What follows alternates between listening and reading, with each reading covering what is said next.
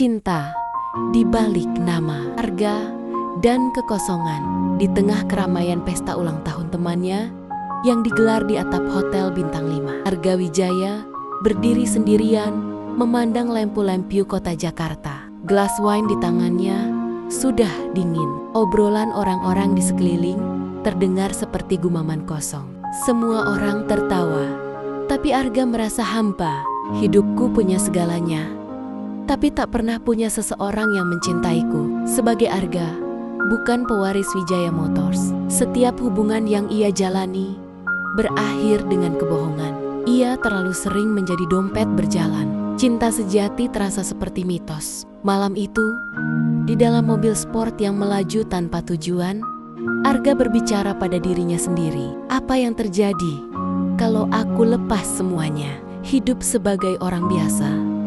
Apakah masih ada cinta yang murni di dunia ini? Dan jawaban itu datang dalam bentuk keputusan paling nekat yang pernah ia buat. Transformasi. 2 minggu kemudian, Arga telah menjadi orang baru. Rambut disisir biasa, jaket usang, celana jeans pudar. Ia memarkir mobil sportnya di gudang pribadi, menggantinya dengan pickup tua yang sering dipakai untuk distribusi suku cadang. Ia mengambil uang secukupnya, tidak lebih dari gaji tukang bengkel, dan membawa sebuah koper berisi alat-alat seadanya. Identitas barunya, nama Rangga, pekerjaan montir keliling. Tujuannya, Desa Sindang Jati, sebuah desa kecil di daerah perbukitan, jauh dari dunia yang mengenalnya. Gagal jadi montir. Hari pertama di desa, Rangga disambut hangat oleh Pak Udin, ketua RT yang gemar ngobrol dan curiga terhadap orang kota. Montir keliling ya? Ya udah, buktikan aja Mas. Di sini motor warga suka rewel. Tantangan pertama, memperbaiki motor milik Pak Darto. Tantangan nyata, Rangga hanya paham teori, praktek nol besar. Motor malah makin rusak.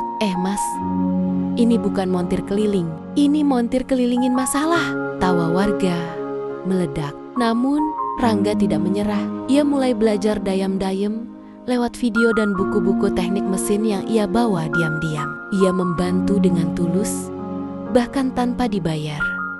Dan perlahan warga mulai menghargainya. Perempuan yang mengubah segalanya. Suatu hari, motor seorang anak TK rusak di depan sekolah. Rangga mencoba memperbaikinya. Di saat itulah, seseorang muncul dengan langkah cepat. "Hei, itu motor murid saya." Rangga mendongak. Di hadapannya berdiri seorang wanita muda, mengenakan blus batik dan rok panjang. Wajahnya cantik alami, rambut dikuncir, mata tajam. "Ayu, guru TK.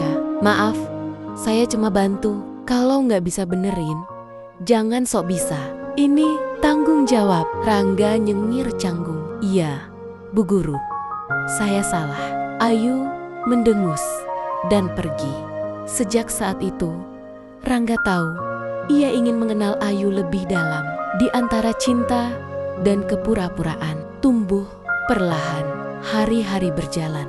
Rangga dan Ayu semakin sering bertemu. Mereka memperbaiki bangku sekolah bersama. Rangga membuat alat peraga TK dari barang bekas.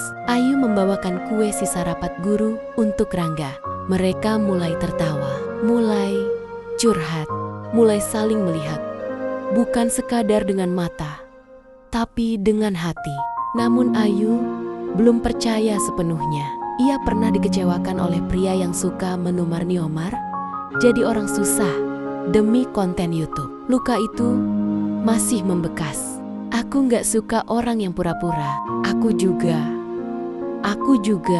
Rangga terdiam. Ia mulai dihantui rasa bersalah. Di satu malam sunyi, Rangga berkata pada dirinya sendiri, "Kalau aku cinta dia, aku harus tahu apakah dia juga cinta aku, bukan Arga." Maka ia menciptakan situasi dramatis.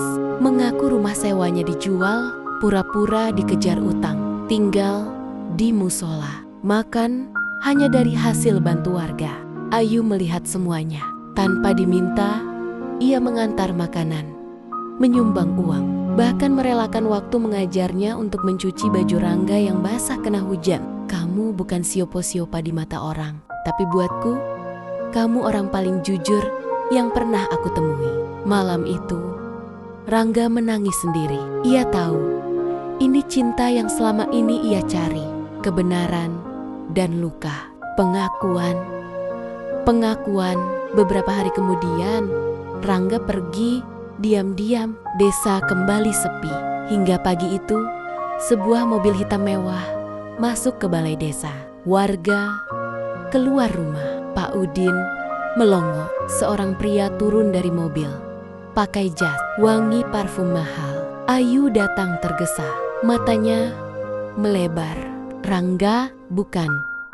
Namaku Arga Wijaya. Suara Ayu tercekat. Warga berbisik-bisik. Wartawan mulai mengambil gambar. Kamu? Bohong. Tidak. Aku menyamar untuk menemukan kamu. Cinta sejati. Kamu mempermainkan kepercayaan orang desa ini dan hatiku. Plak. Plak. Ayu menamparnya dan pergi dalam diam. Sekolah, anak-anak, dan cinta. Beberapa hari berlalu. Hujan turun hampir setiap sore. Ayu tetap mengajar, namun senyumnya hilang. Suatu pagi, anak-anak tiba-tiba ribut. Bu guru, bu guru, bu guru, Bang Rangga datang. Ayu berbalik, dan di sana berdiri seorang pria sederhana. Bukan dengan jas, bukan dengan mobil mahal, tapi dengan mata yang memohon. Ia berlutut di depan semua orang. Aku datang sebagai Arga yang mencintaimu, bukan untuk diliput, bukan untuk diuji, tapi untuk mencintaimu apa adanya. Ayu menatapnya lama. Air mata jatuh perlahan. Anak-anak mendekat. Salah satu murid Ayu menggenggam tangannya. Bu guru. Rangga sedih. Ayu mengangguk pelan. Ia berjalan mendekat dan memeluk Arga. Arga membangun bengkel modern pertama di Sindang Jati. Ia juga membuat taman baca untuk anak-anak desa atas nama Ayu. Pernikahan mereka digelar di bawah pohon besar, dikelilingi warga yang tertawa dan menangis haru. Tidak ada kamera, tidak ada siaran langsung. Hanya ada cinta yang tumbuh dari tanah yang paling sederhana. Cinta sejati tak melihat nama atau harta, tapi hati. Dan siapa kita saat semua topeng dilepas?